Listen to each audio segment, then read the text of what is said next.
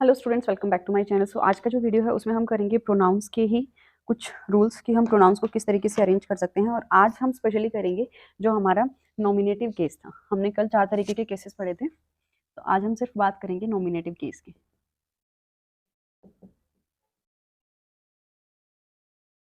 तो nominative case, जैसा कि मैंने बताया था कि नॉमिनेटिव केस जो है उसको हम सब्जेक्टिव केस भी बोलते हैं। तो इसका मतलब आज हम सिर्फ क्या पढ़ेंगे कि हम सब्जेक्ट को किस तरीके से अरेंज करेंगे किसी भी सेंटेंस के अंदर।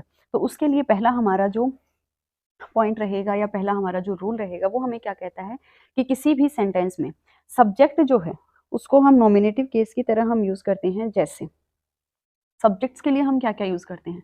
आई, we, they, he, she, it. ठीक है, सिर्फ यही वर्ड्स हैं जो कि एज अ सब्जेक्ट यूज होते हैं। ठीक है, अब हमने कुछ और प्रोनाउंस भी पढ़े थे। जैसे हमने पढ़ा था मी, हमने पढ़ा था यू। सॉरी, यू तो सब्जेक्टिव केस में आ जाएगा क्योंकि यू सब्जेक्ट होता है। हमने पढ़ा था योर सेल्फ या योर सेल्फ, या हमने पढ़ा था माई सेल्फ। ठीक है, या हमने पढ़ा था इट सेल्फ। ठीक है, ऐसे कुछ वर्ड्स हमने पढ़े थे। तो सब्जेक्टिव केस के लिए या नॉमिनेटिव केस के लिए जो सब्जेक्ट्स हैं वो हम सिर्फ क्या लेंगे, ये सब्जेक्ट्स हम यूज करेंगे, इनको हम एज अ सब्जेक्ट यूज नहीं करेंगे। ठीक है, इसका एक एग्जाम्पल आपको मैंने पहले भी दिया था, आज फिर से दे देती हूँ। जैसे मैंने बोला था कि I am teaching my class.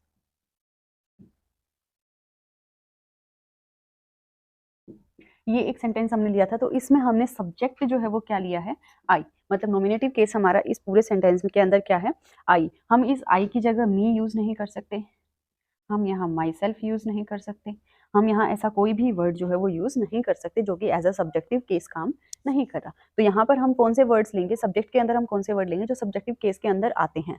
ये जो नॉमिनेटिव केस में, सॉरी, ऑब्जेक्टिव केस में आते हैं या रिफ्लेक्सिव में आते हैं या पॉजेसिव में आते हैं, वो वाले वर्ड्स हम सब्जेक्टिव केस के लिए या नॉमिनेटिव केस के लिए यूज नहीं करेंगे। तो ये है हमारा फर्स्ट पॉइंट, फर्स्ट रूल हम इसको बोल सकते हैं।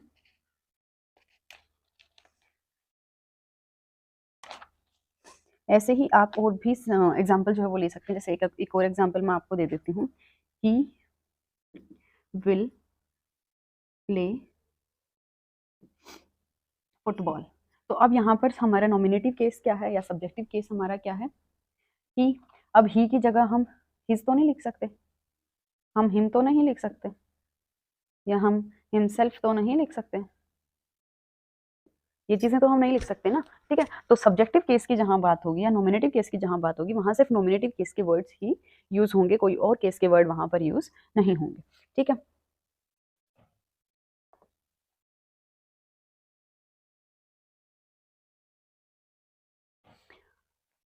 अब ये तो था पहला हमारा रूल। अब इस रूल के अकॉर्डिंग आपके जो कॉम्पिटिटिव्स हैं उनमें किस तरीके के क्वेश्चंस आते हैं या किस तरीके से सेंटेंसेस देते हैं वो भी मैं आपको एक एग्जांपल देकर बता देती हूँ।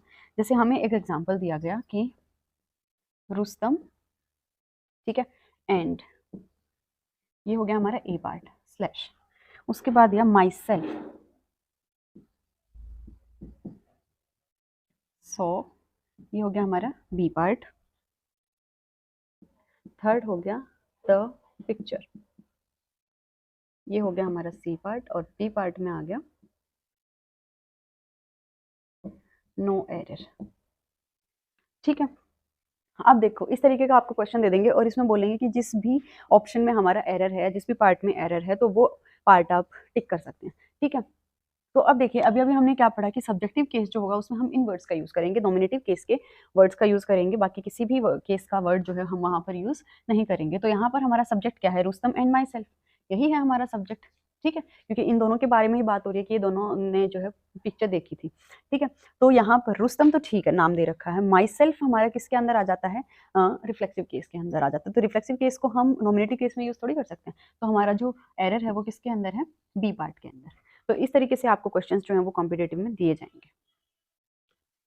आई होप आपको फर्स्ट पार्ट जो है वो अच्छे से क्लियर हो गया, फर्स्ट रूल जो है वो बहुत अच्छे से क्लियर हो गया होगा। अभी हम चलते हैं सेकंड रूल की तरफ। अब सेकंड रूल हमें क्या कहता है कि किसी भी सेंटेंस में सब्जेक्ट या ऑब्जेक्ट, उसके लिए दो या फिर दो से ज़्यादा प्रोनाउन जो हैं उनको अगर हम यूज़ करेंगे तो उनके लिए हम कंजक्शन यूज़ करेंगे उनके बीच में। जैसे अभी हमने रुस्तम और माई सेल्फ को कनेक्ट किया तो उसके बीच में हमने एंड यूज़ किया, तो हम कोई भी कंजक्शन जो है वो यूज़ करेंगे। लेकिन उस कंजक्शन को यूज़ करने का जो तरीका होगा वो हमारा क्या होगा, 2 3 1। 2 3 1 मतलब second person, third person and first person, इस तरीके से हम यूज़ करेंगे, second person, third person and first person. ठीक है, तो जैसे हमें एक सेंटेंस दिया गया, यू कॉमा ही, अब यहाँ पर कंजक्शन आ जाएगा एंड आई। ठीक है, आर गुड फ्रेंड्स। अब ये हमें दिया हुआ है, हमने क्राइटेरिया क्या पढ़ा कि जब भी हम सब्जेक्ट या ऑब्जेक्ट के अंदर एक से ज़्यादा प्रोनाउन, दो या दो से ज़्यादा प्रोनाउंस को कनेक्ट कर रहे हैं तो हम एक कंजक्शन का यूज़ करेंगे, जो कि हमने किया। एंड हमारा जो सीरीज है वो क्या होगा, second person, third person and first person. तो हमें पता है यू हमारा सेकंड पर्सन है तो हमने ठीक लिखा है, ही हमारा थर्ड पर्सन है तो भी हमने ठीक लिखा है, आई हमारा फर्स्ट पर्सन है वो भी हमने ठीक लिखा है। मतलब इस तरीके से हम इसको लिख सकते हैं। हम कैसे नहीं लिख सकते, आई यू एंड ही। ठीक है, आर गुड फ्रेंड्स। इस तरीके से तो नहीं लिख सकते क्योंकि हमारा ये जो सीरीज है ये क्या हो जाएगा, गलत हो जाएगा। ठीक है, तो ये वाला सेंटेंस, ये वाला जो सेकंड रूल है ये समझ में आया। अब इसी के बेस पर आपको एक एग्जांपल दे देती हूँ जो कि कॉम्पिटिटिव से रिलेटेड है।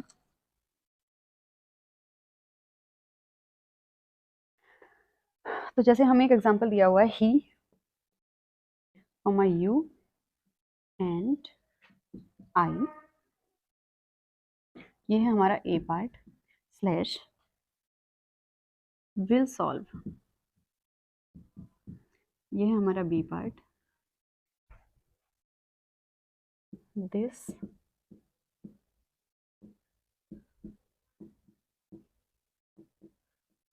Problem together is the c part and last है नो एरर, ये है डी पार्ट। तो अब हमें ये दिया हुआ है, तो अगर जिन बच्चों को पता चल गया है कि इसके अंदर क्या दिक्कत है तो वो उन्होंने तो कमेंट कर ही दिया होगा। बाकी जिनको नहीं पता उनको ये देखिए, you sorry he you and आई, हमने क्या पढ़ा था, पहले आएगा सेकंड पर्सन, फिर आएगा थर्ड पर्सन और फिर आएगा फर्स्ट पर्सन। ठीक है, तो गड़बड़ कहाँ हुई, यहाँ पे। तो पहले कौन आएगा, यू, उसके बाद कौन आएगा, ही। तो इतनी चीज क्लियर हो गई।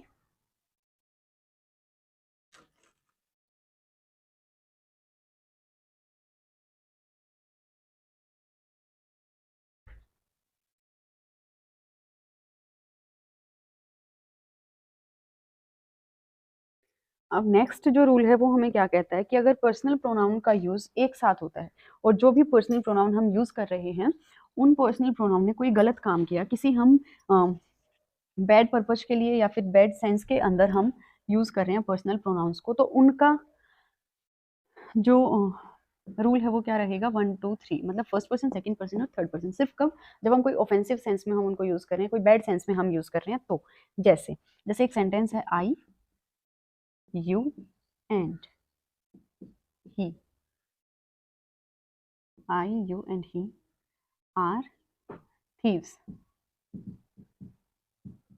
ठीक है, अब थीव्स चोरी के केस में यूज करें तो चोरी का case is a bad sense, bad sense है तो फिर हम कैसे, क्या क्राइटेरिया फॉलो करेंगे, first person, second person and third person. तो आई हमारा फर्स्ट पर्सन है, यू हमारा सेकंड पर्सन है और ही हमारा थर्ड पर्सन है, तो हमने सही तरीके से यूज किया। अब इसको हम ऐसे यूज नहीं कर सकते, यू ही एंड आई, इस सेंस में हम ये वाला जो क्राइटेरिया वो फॉलो नहीं कर सकते। तो एक ये सेंस है। ठीक है, अब इसी का एक एग्जांपल दे देती हूँ, जैसे ही यू एंड आई, ये तो हो गया हमारा ए पार्ट, स्लैश आर, ये हो गया बी पार्ट, थर्ड है guilty, GUILTY, guilty, guilty of murder, ये हो गया सी पार्ट, और d as always no error. ठीक है, तो अब इस सेंटेंस में क्योंकि मर्डर के लिए गिल्टी पाए गए हैं तो हमारा जो क्राइटेरिया है, जो सीरीज है वो हमारी क्या रहेगी, फर्स्ट पर्सन, सेकंड पर्सन और थर्ड पर्सन। तो फर्स्ट पर्सन कहाँ है, लास्ट में, सेकंड पर्सन तो फिर भी जगह पर है, और थर्ड पर्सन कहाँ है, फर्स्ट में है। तो ये मिस्टेक है। ठीक है, तो ये हमारा कौन सा पार्ट गलत हो जाएगा, ए पार्ट। ठीक है, तो 3 रूल हमारे हो गए। 3 रूल्स में अगर कोई दिक्कत है तो पूछ लो, कमेंट कर दो। अब उसके बाद फोर्थ रूल हमें कहता है, ये तो बात थी सिंगुलर प्रोनाउंस की। जितने भी सिंगुलर प्रोनाउन का हमने क्राइटेरिया पढ़ा कि उनको हम किस सीरीज में यूज करेंगे, तो सिंगुलर प्रोनाउन का हमें पता चल गया। अब प्लूरल प्लूरल जो प्रोनाउंस हैं उनको यूज करने हैं। प्लूरल प्रोनाउन सबसे पहले हैं कौन कौन से? वी, यू और दे। ये हैं हमारे प्लूरल प्रोनाउंस।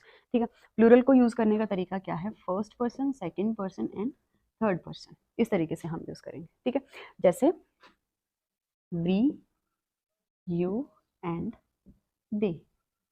ठीक है, will go on a picnic. ठीक है, तो प्लूरल हमारे प्रोनाउन है तो उनको यूज करने का तरीका क्या है? वी मतलब फर्स्ट पर्सन, यू मतलब सेकंड पर्सन, दे मतलब थर्ड पर्सन। तो इस तरीके से हम इसको यूज करेंगे। इसी के रिगार्डिंग आपको एक इसके अंदर हमारा नोट भी है और उसमें क्या कह रहे हैं,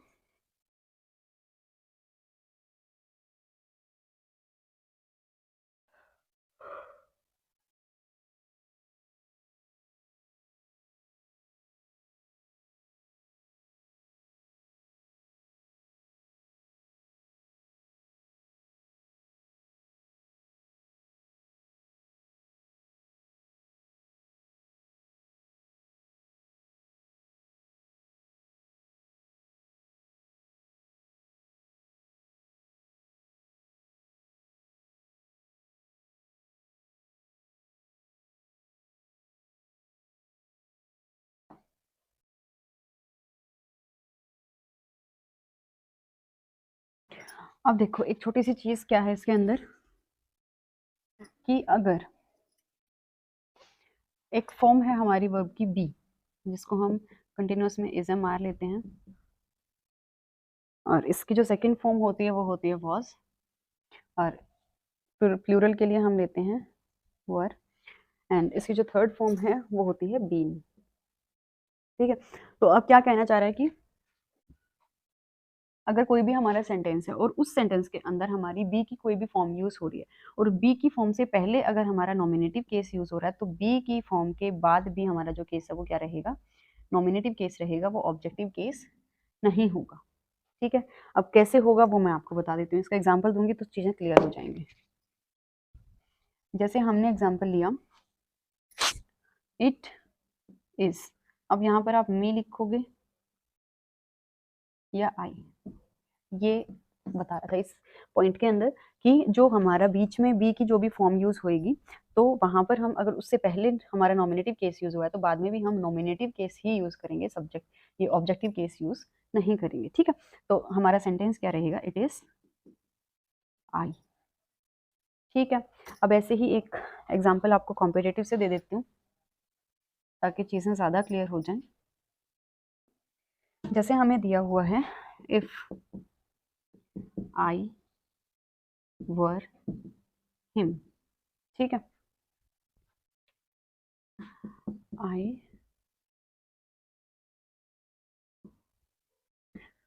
would not have accepted the offer। समझ में आया? अब इसके आपको 4 ऑप्शन भी दे देंगे। फर्स्ट ऑप्शन दे देंगे आपको जैसे शी नॉट आई। ठीक है,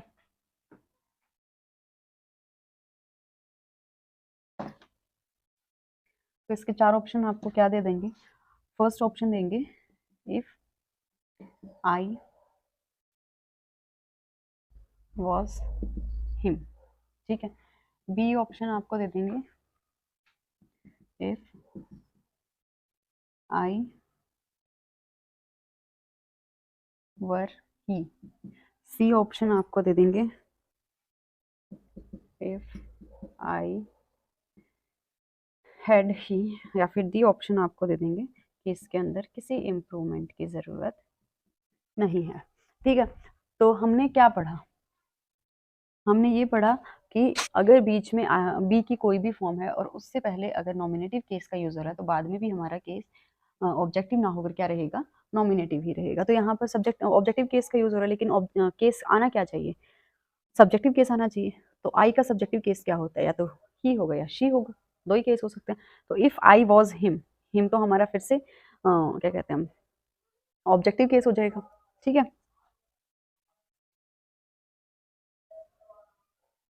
ठीक है, सेकेंड हमें दे रखा है इफ आई वर ही, अगर मैं वो होता।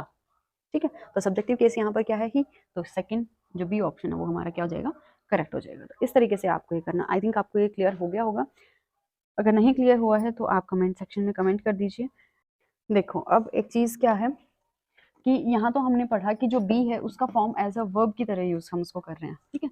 लेकिन अगर हम बी को एज अ इन्फिनिटिव यूज कर रहे हैं, समझ में आया, अगर हम बी को एज अ इन्फिनिटिव यूज कर रहे हैं तो क्या होगा, जो उसके बाद आने वाला जो प्रोनाउन है वो हम उसको हम किस में लेंगे, ऑब्जेक्टिव केस में। अगर कब लेंगे ऑब्जेक्टिव केस में, अगर be is used as an infinitive. ठीक है, बी को अगर हम इन्फिनिटिव के तरीके से ले रहे हैं तो फिर हम इसके बाद जो भी बी के बाद जो भी ऑब्जेक्ट हमारा आएगा वो किसके अंदर रहेगा, ऑब्जेक्टिव केस में रहेगा, हम उसको सब्जेक्टिव केस में नहीं लेंगे। कैसे, जैसे हमें एक सेंटेंस दे दिया, my father wants me to be a doctor. ठीक है,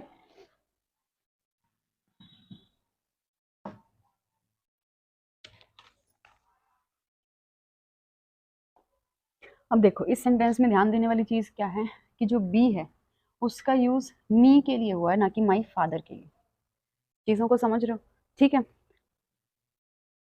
अब हम ऐसे तो नहीं लिख सकते my father wants me to be I, my father wants me to be I, क्योंकि हम किसकी बात कर रहे हैं कि मेरे डॉक्टर बनने की चाहत है मेरे पापा को, तो मेरे डॉक्टर बनने की। समझ में आया, ठीक है।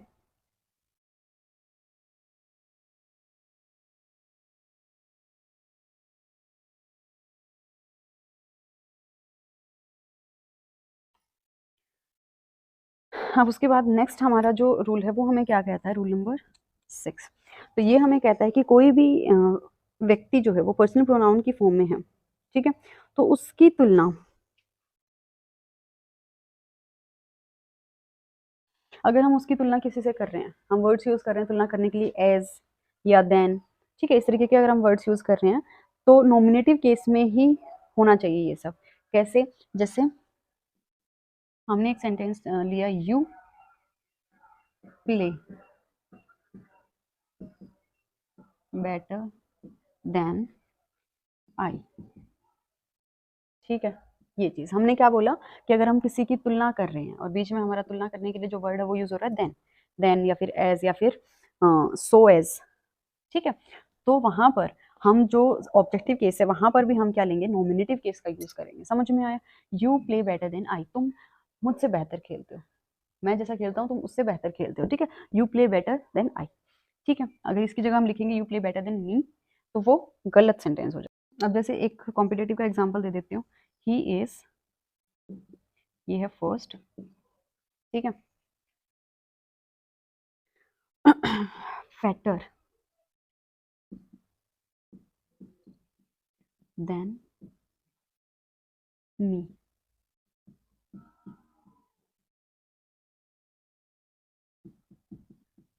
ठीक है, अब ये सेंटेंस है he is fatter than me, अभी अभी हमने पढ़ा क्या आएगा, फैटर देन आई। ठीक है, तो गलत कौन सा हो जाएगा, सी वाला, इसकी जगह पर क्या आएगा, फैटर देन आई। इतनी चीज क्लियर हो गई। अब देखो इसके अंदर एक नोट क्या है कि अगर ऑब्जेक्ट की से तुलना हो रही है किसी की तो ऑब्जेक्टिव केस का ही यूज होगा। ऑब्जेक्ट से तुलना करेंगे, if compare to the object, तो कौन सा यूज करेंगे, अगर सब्जेक्ट के साथ कंपैरिजन कर रहे हैं तो सब्जेक्टिव केस, और ऑब्जेक्ट के साथ कंपैरिजन कर रहे हैं तो ऑब्जेक्टिव केस। ठीक है, जैसे हमने लिया ही लाइक्स हर, इतनी चीज होगी, ठीक है, एज मच एज, अब देखो यहाँ पर हर जो है उसको हम एज एन ऑब्जेक्ट ले रहे हैं, ठीक है, तो कितना, एज मच एज, दे नहीं लिखेंगे, क्या लिखेंगे, देन। समझ में आया, ठीक है, इस तरीके से। अब लास्ट हमारा जो रूल है वो क्या कह रहा है, तो लास्ट हमारा रूल है सेवेंथ रूल, और सेवेंथ रूल हमें क्या बताता है कि सच एज जो हमारा एक वर्ड है, सच एज, इसके बाद हम किसका यूज करेंगे, नॉमिनेटिव केस का, ठीक है, ना कि ऑब्जेक्टिव केस का। जैसे I like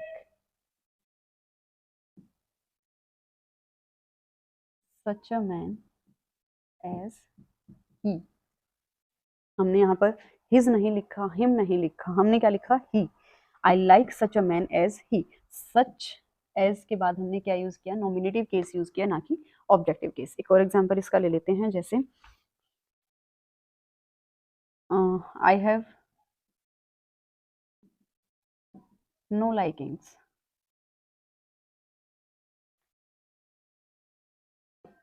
I have no liking,